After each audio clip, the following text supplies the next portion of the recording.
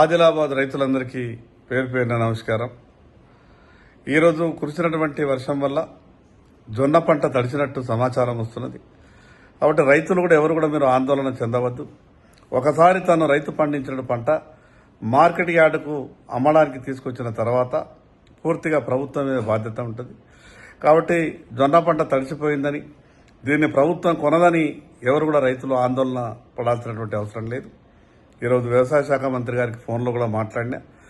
రేపు వ్యక్తిగతంగా కూడా ఉదయం హైదరాబాద్లో వ్యవసాయ శాఖ మంత్రి తుమ్మల నాగేశ్వరరావు గారు కలిసి తడిసినటువంటి జొన్న పంటను కూడా ప్రభుత్వం కొనుగోలు చేసే విధంగా చర్యలు తీసుకునే విధంగా నా వంతు ప్రయత్నం చేస్తా.